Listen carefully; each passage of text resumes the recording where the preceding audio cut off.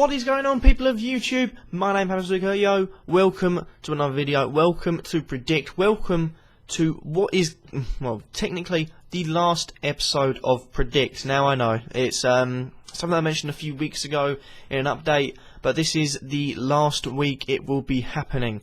I have looked at the possibility of uploading it the day I fly out, but that means I have to upload it record it in a few days in advance, and a lot can happen in a week. So I'm gonna stop it this week and just end it like that. Prizes will be given out, as I've said. I will do that maybe whilst I'm away, but if not, straight away when I get back. And if you have, well, let's say if you've entered a few times, then you know, you might be in a chance of winning. There's been a few poor scores. I think last one of the weeks I got one result correct, so not very good for me. But if you do want to enter, this will be last week you can enter. There'll be a link down in the description, of course, where you can enter. I forgot to put it in last week, so yeah, my bad about that one. But if you do want to enter, it will be in the description. And let's get on with what I have predicted. I've got my predictions on the screen. First up, we've got Norwich versus Everton. I've gone for Everton away win, 3-1 for that one. I feel like Norwich are in a poor run of form. They can't seem to buy a decent performance, a decent result at the moment. And with Lukaku on form, Delafeu, you know, coming in spurts, Barkley coming in spurts, you know, it's a team that is up front looking like a fiery side. But also at defence still needs maturing a bit. So 3-1 is an accurate result for that one. Following on from that, you got Crystal Palace versus Southampton. I'm 50-50 on this one.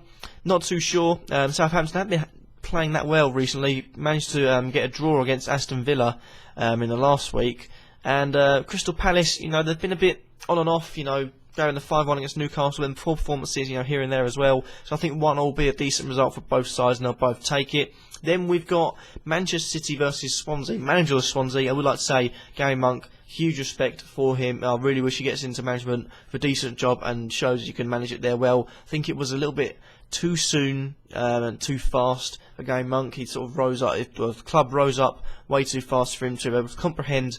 And the squad at Swansea's always been so small. It's not, if players leave, you can buy, but that's generally been it. So I think they need to build on that, buy a few more players. But I've predict that Manchester City 3, Swansea 1. Again, attack-wise, City look phenomenal. Defensive-wise, not so well. And hopefully it won't be a repeat of the Stoke game, otherwise I'm going to get this one completely wrong again. Moving on from that, you've got Sunderland hosting Watford, and I've gone for a 2-1 away win to Watford. Simple reason, Ighalo and Deeney. Need I say more? Sunderland have been looking better, though, in recent times under Sam Allardyce. Hard to beat team. I feel like they'll grab a goal, maybe Duncan Watmore scoring, but, you know, I think a Watford win is always on the cards for this one. Then you got West Ham United hosting Stoke. And I think Stoke, last away game, 1-2-0.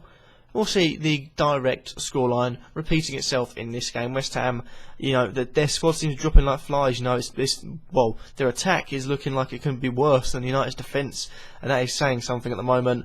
And Stoke, you know, Afellay, Shaqiri, Arnautovic, you know, Bojan, the attacking quality they've got, it could be, and will be, for me, too good. So 2-0 for that score to Stoke. Then we've got Bournemouth hosting Manchester United, and I think this will be a very tight game. However, I feel like Manchester United will grab the 3 points. Their defence is looking really bad. I think with Borthwick, Johnson, Varela, McNair and Blind being the back four with De Gea in goal, it's something to behold.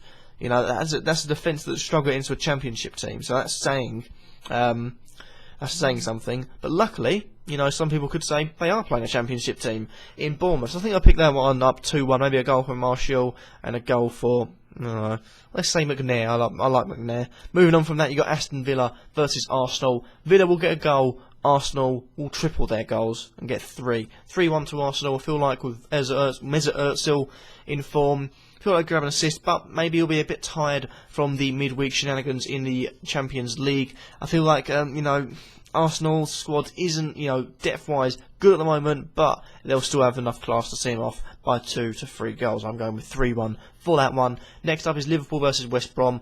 Need I say more? West Brom will grab a goal, maybe, because Liverpool in defence have been a bit shaky. I think Liverpool will ease this game out quite easily and make this 2-1, if not a few more. Tony Pulis's hard to beat, but Liverpool, when they want to get going, they can get going. Moving on from that, Tottenham versus Newcastle. For me, this has got to be a Tottenham win, although, you know, I think Newcastle might put up a fight, but I think like Tottenham are the informed side in the Premier League. They haven't lost since the opening day. As I stress every time, that was because of an own goal. If that own goal wouldn't have happened, they would be unbeaten throughout the whole season. Something to think about, right? I think they might sneak into top 4 this season. They'll win 2-0. Well, I say easily. Newcastle give a threat, but I feel like he'll go back to the old ways. Had one good performance. McLaren out, I suppose it is now if that result doesn't go their way. Then you've got Leicester versus Chelsea, the last Premier League game of the week. That's going with 1-1. I feel like, Leicester will do enough to grab a draw against Chelsea. I feel like Chelsea, maybe even Eden Hazard, no, he's now 2,000 minutes without a goal, which is absurd to think that at one point he was likened to, Ronaldo and Messi, and now you're thinking, maybe a loan spell at League One might suit him just fine. But 1-1 for that one seems a decent result. Then we've got the Sheffield Wednesday game because they matter. They're playing away against Cardiff. I've got this one down. I was debating between 3-1 and 2-1, but as we're away, I'll go with 2-1. Cardiff are a decent side. When they want to play well, they can play well. But I feel like we have bags of quality. I do feel like we need to rest Kieran Lee, though. He's looking quite tired. And, although he burns a lot of energy every single game, it's the first time he started to look a bit tired. Give him a game or two off, replace him with someone else in there. But we'll grab a 2-1 win on that one. Lucas João to get both goals because he seems to be in form at the moment. But that is all I've got for you today. Like I said, I'm sorry this is ending, but time-wise and view-wise and everything like that, it's not working. I do have an idea of a series to replace it, but that's all. I'll keep it as now, as I'm not sure how that mature. It probably starts after the Christmas break, after I come back from America, because I don't want to start to think whilst I'm there. But thank you guys for watching. Nonetheless, if you like this video, then leave a like, let me think in the comments down below, and subscribe if you feel like I'm worthy, and I'll catch you all in the next video where hopefully I'll have my new video up and running. Peace.